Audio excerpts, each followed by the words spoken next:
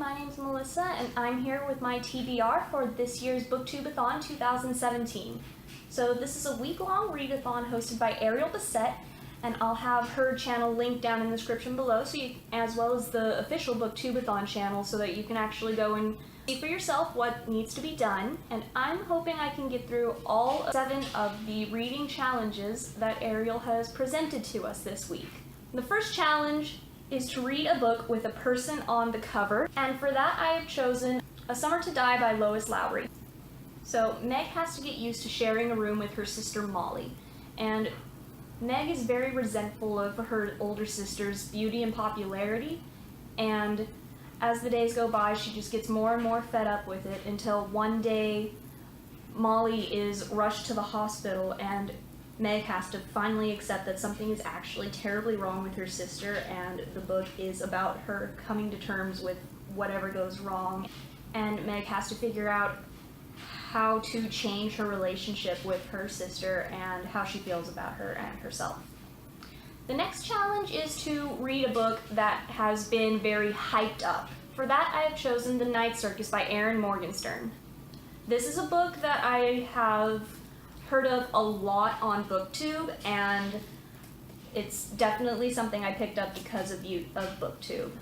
I don't know exactly how hyped this is. It's definitely been a while since I've heard anyone talk about The Night Circus, but I remember a few months ago it was definitely something that was a big topic among a lot of booktubers, so I'd like to definitely check it out. It has a very Something Wicked This Way Comes by Ray Bradbury kind of vibe, and I attempted to read that book last year during October, and it was one of the most boring books I've ever read, especially in my free time. So that's one of the few books I have ever DNF'd, and I'm hoping that The Night Circus is more compelling. The third challenge is to read a book in one day, and for that I've chosen a book called Kellie's Diary. You'll see it's one of my ebooks. This book is about a girl who seems to have been kidnapped from what I can tell, and it's a young girl's journal entries. So it's a graphic novel, and I think it'll be really easy to get through this book in one day. This book also applies for the 5th challenge, which is to read a book entirely outside. Now, I'm in Southern California in Riverside, and it can get to over 105 degrees outside, so I don't really want to have a book where I have to spend a lot of time outside reading, just because that's not good for my health.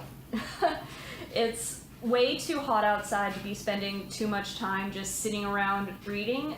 As much as I would really like to, if it weren't summer in Riverside, California, I would definitely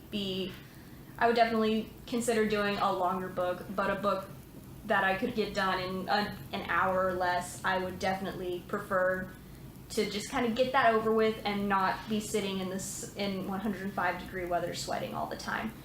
So that book applies for both the 3rd and the 5th challenges in this Booktubeathon.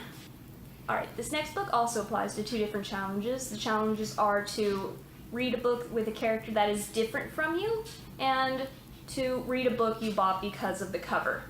And for those 2 challenges, I am reading Volume 1 of The Familiar by Mark Z. Danielewski.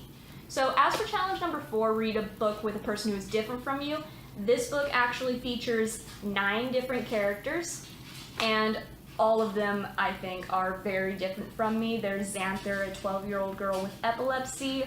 Her dad is an Egyptian American. Her mom is probably the closest to me just because we're both white women.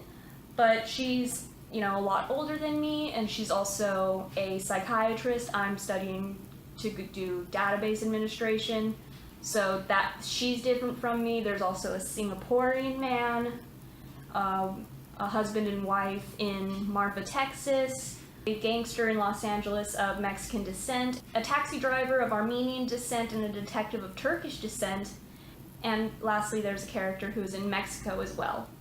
So all 9 of these characters have a lot of things that are different from me. So that's how I feel this book fits into that challenge. And this also fits in with the book that I bought because of the cover, although technically I didn't pick up the first volume because of the cover. I had initially been attracted to the cover of the third volume when I saw it in Barnes & Noble one day, and of course I have to pick up the first volume in a series before I pick up the third.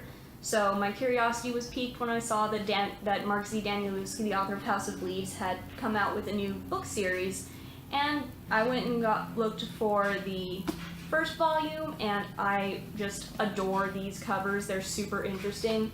You see up close like that, there's actually a whole bunch of little cats in pink all over the cover. Not to mention when you open it, this is what the inside looks like, and it's this picture that's poking through the volume number that's just plastered right on the front. So I've been very interested in this series for a while. So for me, I don't actually intend on finishing these challenges necessarily, mainly because of this book. So for this book, you'll see I'm actually in the middle of it right now, and that's because starting on the 5th of July this month, Mark Z. Danielewski himself started hosting a reading club on Facebook where people who have read these books already and people who are just getting into them are coming together, reading the books together, and every 5 or so days we read a new act. And so I have already started this book, and I'm not going to finish it within this week because I'm trying to read along with the book club, even though I'm a little bit behind. So I know for a fact I'm not going to be finishing this book, and I have already started it. But I intend on reading it during the readathon, so I thought, why not have it count for a couple of the challenges? There were no rules against it, and it's going to be a book that I'm going to be reading that week, no matter what. So I've chosen to include it in my TBR. If you're at all curious about The Familiar, then keep an eye on this channel. I am going to be doing some video discussions about it, similar to how they're doing them on the book club page on Facebook, and I intend on carrying that out throughout the entirety of the Familiar series, my entire reading of it. So it's going to be a pretty long process, so keep an eye out for that if you're interested. I don't know when I'll be able to get my first video about the Familiar up, but keep an eye out for it. I'll be describing this book much more in depth in those videos. So those are all of the books that I'm hoping to get to that apply for challenges. I'm going to strive to complete the 7th challenge, which is to read 7 books.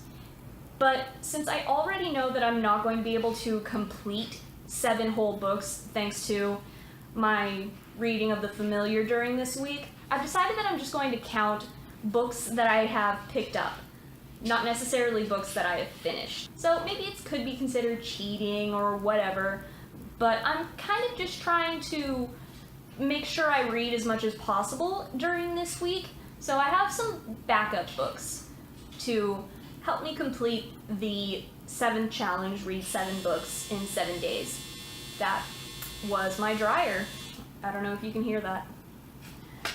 So the first book that I'm going to be picking up during this readathon at some point, which is another book that I've already started reading, and I'm actually more than halfway through it, so may or may not actually end up getting put into the TBR pile for next week, just because I might finish it before then. I have no idea.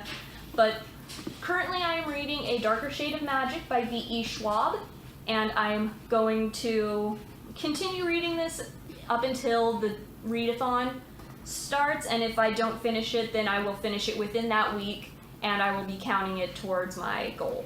The second backup book that I have is, once again, one that I've started, and I kind of set it aside for a while because I'm not the biggest nonfiction fan. I usually have to take much longer to read those types of books than, say, a fiction book, just because they don't quite hold my interest as much for as long.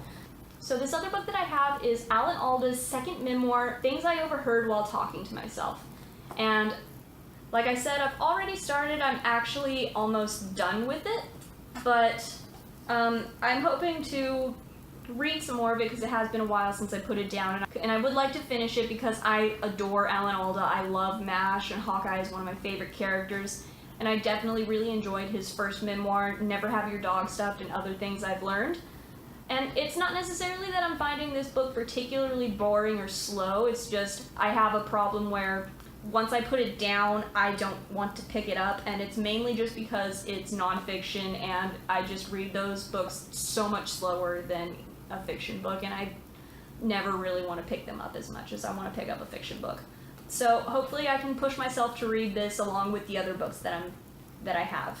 And the last book that I hope I can at least try to start this week is Stardust by Neil Gaiman. This is a book that I've wanted to read for a while since I found it on my girlfriend's bookshelf. So I've just kind of been hoarding it because she's not one to pick up physical books all that often. She usually reads on her Kindle. So I knew she wouldn't really miss it too much if I kept it in my pile. Alright, and this is my TBR pile for the Booktubeathon 2017.